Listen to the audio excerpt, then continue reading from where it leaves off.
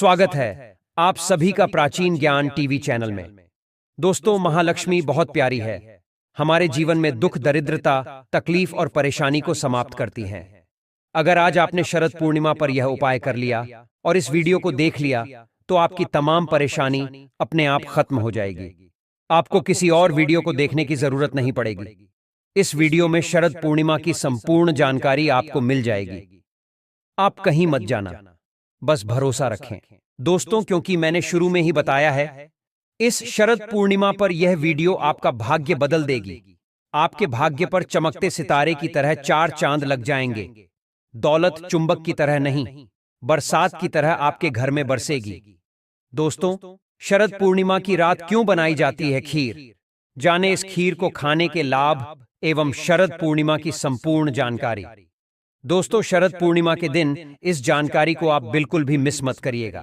इस वीडियो को देखने के बाद आपको अन्य वीडियो देखने की जरूरत नहीं पड़ेगी। ध्यान से देखना।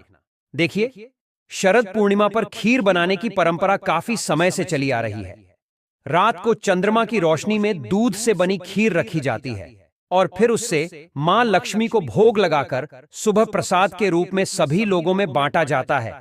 तो आज हम आपको बताने जा रहे हैं कि यह जो खीर है, इसे खाने से क्या लाभ होता है। वास्तव में हमें शरद पूर्णिमा के दिन चांद की रोशनी में क्यों खीर रखना चाहिए, सारी जानकारी इस वीडियो में विस्तार से बताऊंगा। तो आश्विन मास की पूर्णिमा को शरद पूर्णिमा कहते हैं और यह इस साल 2024 में 16 अक्टूबर को पड़ रही है, जो कि बुधवार का दिन है। शरद पूर्णिमा की रात को चांद की रोशनी की रात कहा जाता है। इस दिन खीर बनाकर रखने की परंपरा काफी लंबे समय से चली आ रही है और मान्यता है कि शरद पूर्णिमा की रात को चंद्रमा की किरणों से अमृत वर्षा होती है।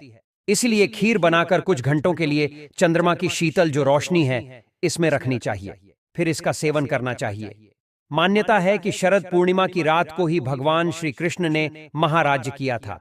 भगवान श्री कृष्ण ने बंसी बजाकर के गोपियों को अपने पास बुलाया था और ईश्वरीय अमृत पान करवाया था।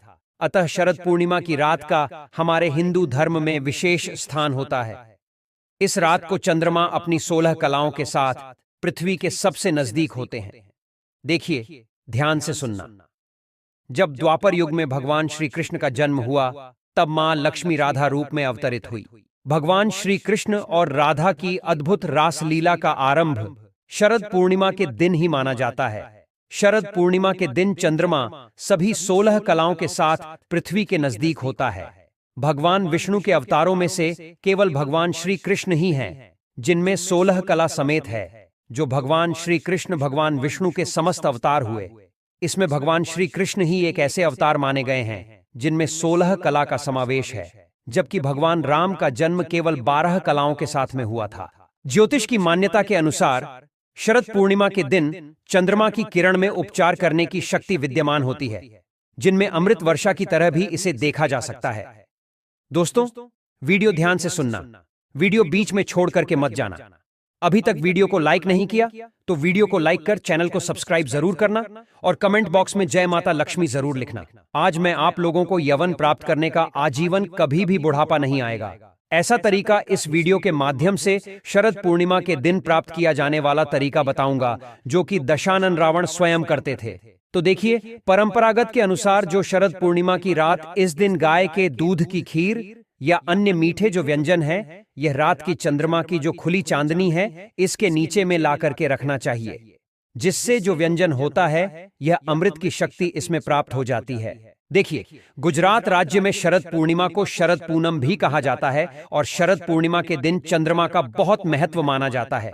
जो व्यक्ति पूर्णमासी उपवास का संकल्प लेता है, ऐसे व्यक्ति शरद पूर्णिमा के दिन से उपवास प्रारंभ करते हैं और ऐसा माना जाता है कि इसी रात के बाद मौसम बदलने लगता है, सर्दियां शुरू हो जाती हैं तथा मंदिरों में पूजा अर्चना करने की जो खुलने का समय होता है, बंद होने का समय होता है, इसमें परिवर्तन हो जाता है।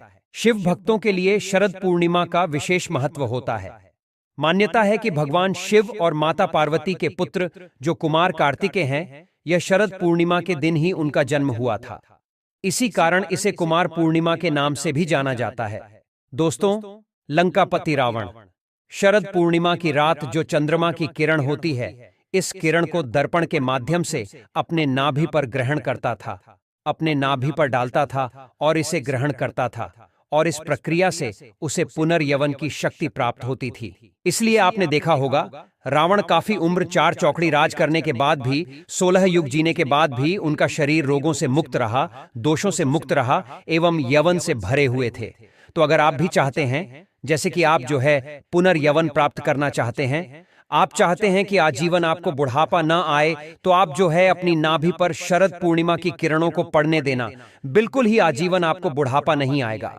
लेकिन यह भी कहा गया है, शरद पूर्णिमा की रात 10 बजे से लेकर के मध्य रात्रि 12 बजे के बीच में अगर कोई भी व्यक्ति कम वस्त्रों में घूमता है, ज्यादा वस्त्र नहीं पहने होता है, तो हो सके तो सभी वस्त्रों का त्याग कर देना चाहिए, कम ही वस्त्र पहन करके घूमना चाहिए। तो ऐसे व्यक्ति को ऊर्जा की प्राप्ति होती है, ऐसे व्यक्ति को बुढ़ापा नहीं आता, ऐसे व्यक्ति को रोग एवं दोष छू भी नहीं पाते। तो आप जो है यह उपाय करके देख सकते हैं। पौराणिक मान्यता के अनुसार शरद पूर्णिमा के दिन माता लक्ष्मी का अवतरण हुआ था। जी हां दोस्तों, जब समुद्र मंथन हुआ था, तो समुद्र मंथन में जो माता लक्ष्मी है, इनका जन्म इस समुद्र मंथन से शरद पूर्णिमा के दिन ही निकली थी, और समुद्र मंथन से इस दिन अमृत भी निकला था। ब्रह्मदेव ने इंद्रदेव को कहा कि प्रत्येक वर्ष में आने वाली शरद पूर्णिमा के दिन आप बिल्कुल ही अपने किरणों के माध्यम से पृथ्वी लोक पर, भूलोक पर अमृत वर्षा जरूर करना। और यह जो अमृत वर्षा है, स्वयं चंद्रदेव अपनी किरण के माध्यम से पृथ्वी लोक पर करते हैं। इस अमृत वर्षा से लोग रोग एवं दोषों से मुक्त होते हैं। इसलिए शरद पूर्णिमा की रात्रि कम वस्त्रों में हमें घूमना चाहिए। इससे हमारे शरीर में यवन हमेशा प्राप्त होता है। मैं आप लोगों को वीडियो के आखिर में इसका और जबरदस्त चमत्कारी प्रयोग बताऊंगा, जिससे आप आजीवन यवन शक्ति प्राप्त करें रहेंगे, आपको बुढ़ापा नहीं छू पाएगा। तो चलिए इस वीडियो में जानते हैं शरद पूर्णिमा की रात क्या करें और क्या ना करें।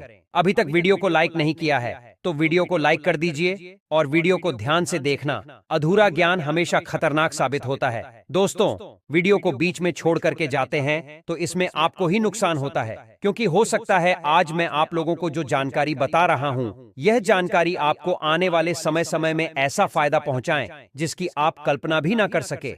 अर्थात इस जानकारी से हो सकता है आपका भला हो जाए, आप जो है आजीवन यवन को प्राप्त करें, आपको बुढ़ापा न छुए। तो शरद पूर्णिमा की रात क्या करें क्या ना करें, तो देखिए ध्यान से सुनना। जो शरद पूर्णिमा की रात है, इस दिन नेत्र ज्योति बढ़ाने के लिए ध्यान से सुनना। शरद पूर्णिमा की रात 15 से लेकर के 20 मिनट तक चंद्रमा को देखने का अभ्यास करना चाहिए, कम से कम 15 से 20 मिनट तक। इस दिन अगर आप चंद्रमा को देखते हैं, बिल्कुल ही ध्यान से देखते हैं, आप अपने जो नेत्र की पलक है इसे बंद नहीं करते, तो आपकी आंखों की ज्योति काफी बढ़ जाती है, दिन जैसी दृष्टि प्राप्त हो जाती है। ऐसा हमारे धर्मशास्त्रों में लिखा है। दोस्तों, हो सके तो शरद पूर्णिमा की रात को सुई में धागा पिरोने का अभ्यास करना चाहिए, इससे नेत्र की ज्योति बढ़ती है। शरद पूर्णिमा पर चंद्रमा की चांदनी गर्भवती महिला की नाभि पर पड़े तो जो गर्भ में पलने वाला जो बच्चा होता है हष्ट पुष्ट होता है, और ऐसे व्यक्ति काफी ज्ञानी होते हैं। ऐसे जो बच्चे होते हैं शरीर से एवं पुष्ट हो जाते हैं, और यह पहलवान जैसे इनके शरीर में हजारों हाथी के जैसा बल आ जाता है। दोस्तों, हमारे धर्मशास्त्र कहते हैं इस दिन यौन संबंध से दूर रहना चाहिए। ऐसा माना जाता है कि इस दिन संबंध बनाने से जो बच्चे पैदा होते हैं वो विकलांग होने की आशंका रहती है, तो इस बात का थोड़ा सा विशेष ध्यान रखना। चलिए इस वीडियो में जानते हैं कि शरद पूर्णिमा के दिन क्यों खाते हैं खीर, और वास्तव में हम जो खीर रखते हैं इसे खाते हैं तो हमें क्या फायदा मिलता है, यह भी जानना जरूरी है। तो देखिए ध्यान से सुनना दोस्तों। कहते हैं कि इस दिन आसमान से अमृत किरणों का आगमन होता है। इन किरणों में कई तरह के रोग नष्ट करने की क्षमता होती है। ऐसे में जहां इन किरणों से बाहरी शरीर को लाभ मिलता है, वहीं शरीर के भीतरी अर्थात आंतरिक अंगों को भी यह लाभ पहुंचाने का काम करते हैं। इसके लिए आप जो है खीर को चंद्रमा की रोशनी में रखकर बाद में आप इसे खा सकते हैं। यही कारण है कि शरद पूर्णिमा की रात को लोग अपने घर की छतों पर खीर रखते हैं। दोस्तों, इस खीर को खाने से अगर किसी को लंबे समय से कोई ऐसी बीमारी है जो बीमारी ठीक नहीं हो पा रही है, खाट पर पड़े जो व्यक्ति है जो कि चलने फिरने में समर्थवादी नहीं है, उन्हें यह खीर खिलाने से धीरे धीरे कुछ दिनों के भीतर में उनके जो रोग होते हैं वह ठीक हो जाते हैं। और ऐसे व्यक्ति जो खाट पर पड़ा व्यक्ति है, ऐसे व्यक्ति भी चलने फिरने में समर्थवान हो जाते हैं। अमृत समान बल आ जाता है। ध्यान से सुनना। कहा जाता है कि इस दौरान चंद्र से जुड़ी हर वस्तु जागृत हो जाती है। देखिए, दूध भी चंद्रमा से जुड़ा होने के कारण अमृत समान बन जाता है, जिसकी खीर बनाकर खाने से चंद्र प्रकाश में रख करके दूध संबंधी जो भी चीज होती है, जैसे आप खीर को ही रख लीजिए या फिर पेड़ा को रख लीजिए, दूध से बनी कोई भी वस्तु रखते हैं और अगर चंद्र से जुड़ी कोई भी वस्तु खाते हैं तो यह अमृत बन जाता है, बिल्कुल चंद्रमा के प्रकाश में होने के कारण। दोस्तों, यह भी मान्यता है कि शरद पूर्णिमा के दिन दूध या खीर का प्रसाद वितरण करने से चंद्र दोष दूर होता है, लक्ष्मी मां की कृपा प्राप्त होती है। इसलिए कुछ स्थान पर सार्वजनिक प्रसाद बांटा जाता है। और अगर इस दिन आपके पारिवारिक जीवन में, वैवाहिक जीवन में कोई परेशानी आ रही है, चंद्रमा के दोष के कारण, चंद्र से जुड़े दोष के कारण ही वैवाहिक जीवन में परेशानी आ रही है, कोर्ट कचहरी का मामला चल रहा है, किसी भी प्रकार का लंबे समय से वैवाहिक जीवन का आनंद नहीं ले पा रहे हैं, तो शरद पूर्णिमा के दिन आप जो है खीर को जरूर खाइए या फिर शरद पूर्णिमा की रात्रि में कम वस्त्रों में जरूर घूमें। और इस दिन कोई भी जड़ी बूटी को चांद के प्रकाश में रखते हैं तो वह जागृत हो जाती है। हम हर दिन बोलते हैं जागृत चीज हमेशा फल देती है, तो हो सके इस दिन आप चाहे तो तुलसी की जड़ को रख सकते हैं, रुद्राक्ष को रख सकते हैं। इस दिन रुद्राक्ष को रखने के बाद अगर आप धारण करते हैं तो वह रुद्राक्ष सिद्ध हो जाते हैं। ऐसे रुद्राक्ष बहुत ही फलदायी होते हैं। कोई भी जो जड़ी ब्यूटी है वह जड़ी ब्यूटी भी आप इस दिन रखकर फिर बाद में दूसरे दिन चांदी की ताबीज में भरकर पहनते हैं तो जागृत हो जाते हैं, सिद्ध हो जाते हैं, आपको काफी फल प्रदान करते हैं। कोई भी रत्न को रखते हैं वो भी जागृत हो जाते हैं और शीघ्र फल देने लगते हैं। दोस्तों, इस दिन जितना ज्यादा हो सके आपको मंत्र जाप करना चाहिए, उतना ही जल्दी आपको सिद्ध मिलेगी। कोई मंत्र आप जाप कर रहे हैं, लंबे समय से वह मंत्र सिद्ध नहीं हो पा रहा है, वह मंत्र आपको फल नहीं दे पा रहा है, तो शरद पूर्णिमा के दिन ऐसा माना जाता है केवल शरद पूर्णिमा के दिन बड़े से बड़े मंत्र को 108 बार बस अगर आप जप देते हैं तो वह मंत्र सिद्ध हो जाता है और आपको तत्काल फल देना शुरू कर देते हैं। दोस्तों, बहुत से लोग शरद पूर्णिमा के दिन मंत्र जागृत करते हैं। अगर आप इस दिन मां लक्ष्मी का कोई भी मंत्र जैसे कि ओम श्रीम श्रीय नमः इस प्रकार के मंत्रों का जाप करते हैं तो अति शीघ्र यह लाभ देना शुरू कर देते हैं। कोई भी बीज मंत्र है, साबर मंत्र है, इन मंत्रों का जाप करते हैं तो यह भी फल देना शुरू कर देते हैं। दोस्तों, और इस दिन शरद पूर्णिमा के दिन मां लक्ष्मी उल्लू पर सवार होकर पृथ्वी लोक पर प्रत्येक मनुष्य के द्वार पर जरूर आती है। इसलिए इस दिन कभी भी अपने घर के दरवाजे को बंद नहीं करना चाहिए।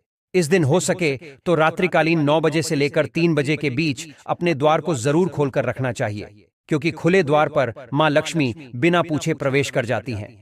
अगर आप माता लक्ष्मी को अपने घर पर बुलाना चाहते हैं तो कमेंट बॉक्स में लिखें, मां लक्ष्मी आपका स्वागत है। हमारे घर में माता रानी के लिए एक लाइक जरूर करें और ऐसे ही प्राचीन जानकारी के लिए प्राचीन ज्ञान टीवी चैनल को सब्सक्राइब अवश्य करें।